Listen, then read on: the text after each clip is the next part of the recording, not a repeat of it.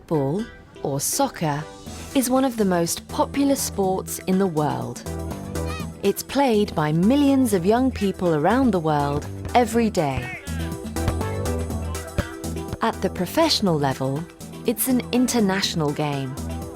Talented young players often leave their home countries to train at the youth academies of famous football clubs around the world.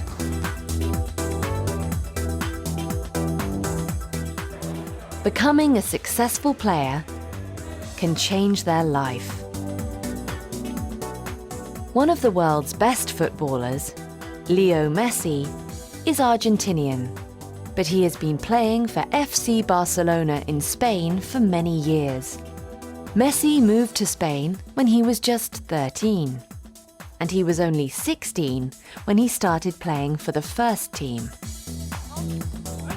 For a few lucky players, like Messi, playing football has not only been a lifelong passion, but it has also made them rich and famous. And sometimes, this fame gives them a chance to help others. Messi now works as a goodwill ambassador for UNICEF, helping children around the world. But even if it doesn't make you a star, football can make a dramatic difference to people's lives.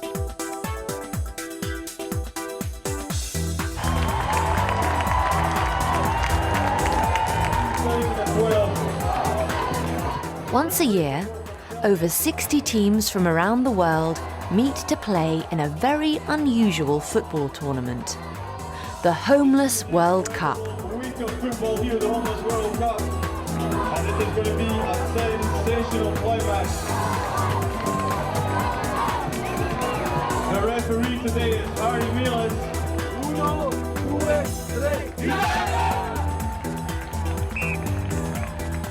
The Homeless World Cup brings together teams of homeless people to play football for their country and helps them change their lives forever.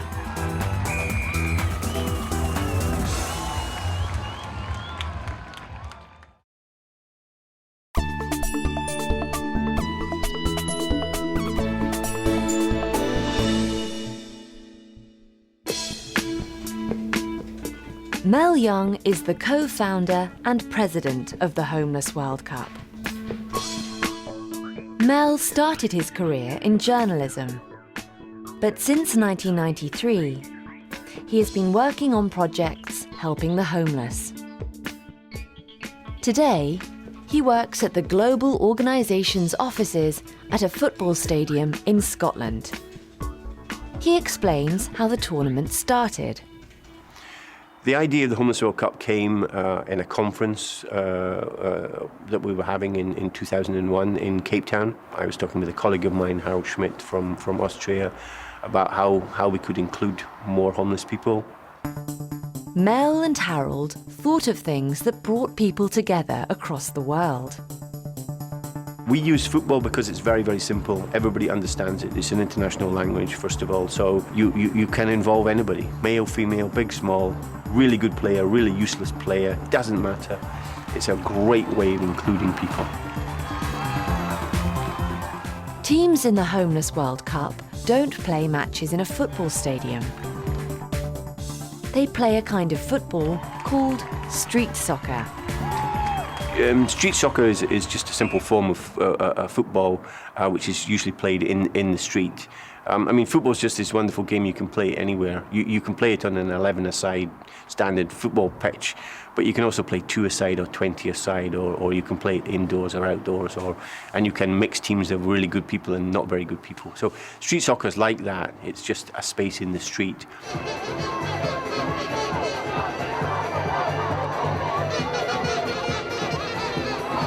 a long ball forward into the corner. Picked up again by Mexico. The teams play on a small court. There are 8 players in each team, but only 4 play at the same time. The games only last for 14 minutes. In the World Cup tournament, the teams play about 3 games a day.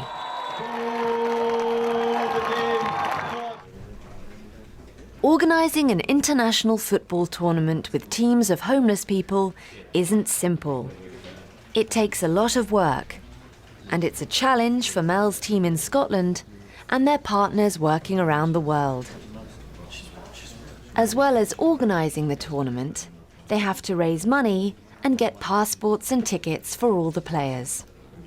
So it's all year round work that we're doing to make sure that they come to the event. But the hard work is worth it. The tournament has grown every year, and now there are around 50,000 homeless people from 70 countries training for a place in their national team. The organisation has many famous supporters, and you can even watch the matches on television.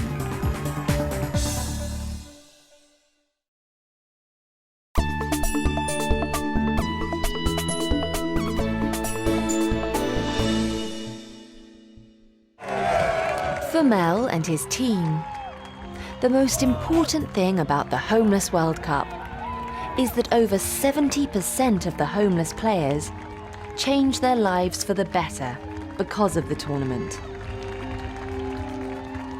The coach of the Kenyan team agrees. I can tell you that 95% of all the players who took part has changed their life for better. Because of Homeless World Cup, that they are where they are now.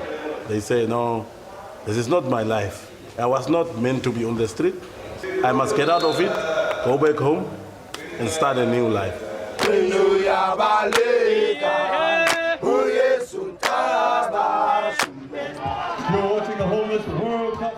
Mel believes that the project is so successful because it helps the homeless become part of a team. This helps them to improve their own lives, while the project supports and encourages them.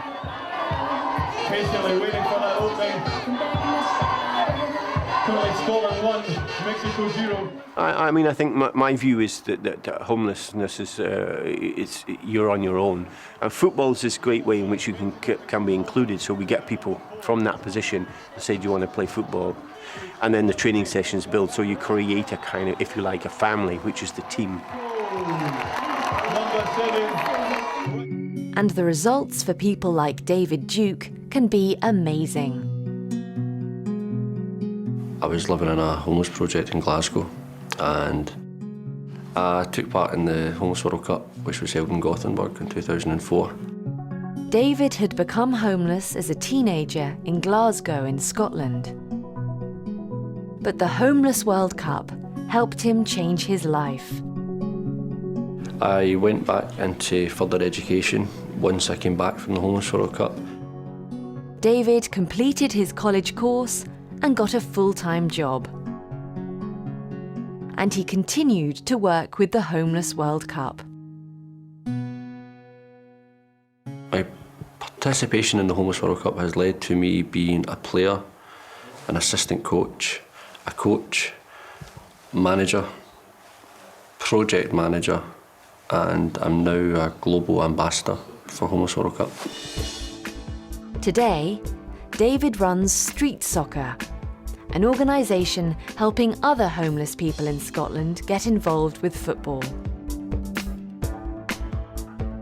David is a wonderful example of the success of a project that believes a ball can change the world.